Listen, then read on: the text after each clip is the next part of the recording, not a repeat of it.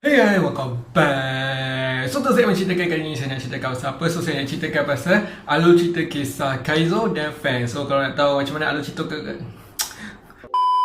nak tahu macam mana kisahnya, lain intro dulu.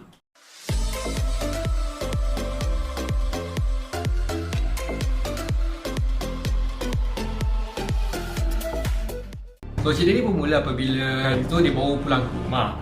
So, bila dia sampai ke rumah tu, tiba-tiba rumah dia memang bersepah gila, berapa hancur semua. So, dia nak carilah mak dengan ayah dia.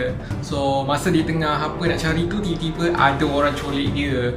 Rupa-rupanya mak dia. So, bila Kaizo tanya apa yang terjadi, so mak dia ni bagi tahulah yang keadaan tak selamat lah. So, dia suruhlah Kaizo ni bawa Fang dengan satu Osfera Airport ni ke satu macam lorong rahsia lah, supaya orang boleh pergi daripada rumah tu lah. So lepas saja dia masuk tu, tiba-tiba mak dia pula kena serang dengan Borara and the King. Kaizo dengan Fang ni pun dia pergilah kan. So pergi Borara pula tunggu kat situ. So apa lagi, mulalah dia orang bergaduh kan. Kaizo dia menggunakanlah Enderport tu untuk keluarkan dia punya kuasa, dan kuasa tu adalah kuasa tenaga. So maka Borara dengan Kaizo ni dia bergaduh. Kaizo ni digunakan kuasa dia sampai kuasa dia tu terkena Fang, menyebabkan Fang pun pengsan. So Kaizo pun pergilah ke arah Fang tu, tapi tanpa sedar Borara kat belakang tengah ambil kesempatan.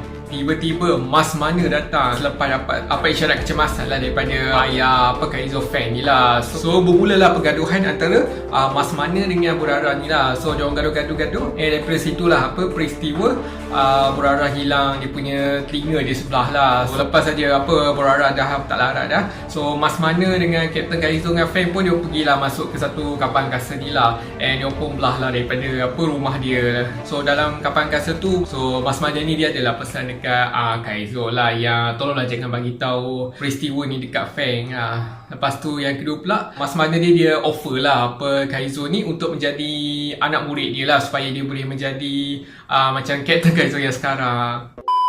So itu sajalah alur cerita untuk kisah Kaizo dan Fang ni lah. So apa komen korang rasa, sebarang komen boleh tinggalkan kat bawah, dan jangan lupa untuk subscribe channel ni. Jumpa lagi di video akan datang. Bye.